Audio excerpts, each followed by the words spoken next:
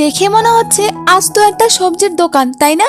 আরে হ্যাঁ, জানি তো, সবজির দোকানে আরো বিভিন্ন রকমের অনেক সবজি থাকে। আসলে ব্যাপারটা হলো, আব্বু সকালে সবজি বাজার করে এনে রেখেছিল, আর আমি সবজিগুলো দেখে ভাবছিলাম যে আজকে কি রান্না করব। মাছ দিয়ে ফুলকপি, গাজর, কড়াইশুঁটি তো অনেক হলো, আজ ডিম দিয়ে রান্না করে দেখবো কেমন হয়। সবার প্রথমে ডিমগুলো সেদ্ধ করে নিয়ে লবণ হলুদ দিয়ে ভালো করে ভেজে নেব। ডিম ভাজা হয়ে গেলে ওই তেলেই আমি সবজিগুলোকেও ভালো করে ভেজে নেব। কড়াইশুঁটি আর টমেটো যেহেতু আমি ভেজে দেবো না, সেজন্য সেগুলোকে আমি আলাদা করে রেখে দিয়েছি। সবজিগুলো ভাজা হয়ে গেলে ওই তেলে আমি দিয়ে দেবো কুচনো পেঁয়াজ, কাঁচা লঙ্কা, জিরে, পরিমাণ মতো হলুদ আর স্বাদ মতো লবণ। একটু ভাজা ভাজা হয়ে আসলে তাতে পরিমাণ মতো জল দিয়ে আর একটু ভালো করে কষিয়ে নিয়ে দিয়ে দেবো টমেটো আর কড়াইশুঁটি। একটু কষিয়ে নেওয়ার পর দিয়ে দেবো আগে থেকে ভেজে রাখা সবজিগুলো। তারপর একটু নাড়াচাড়া করে আবারও পরিমাণ মতো জল দিয়ে দিয়ে দেবো আগে থেকে ভেজে রাখা ডিমগুলো। এরপর 5 থেকে 7 মিনিট হাই ফ্লেমে রান্না করে নিলে রেডি আজকের রেসিপি। অল্প মশলা দিয়ে রান্না করা এই রেসিপি খেতে কিন্তু দারুণ হয়েছিল।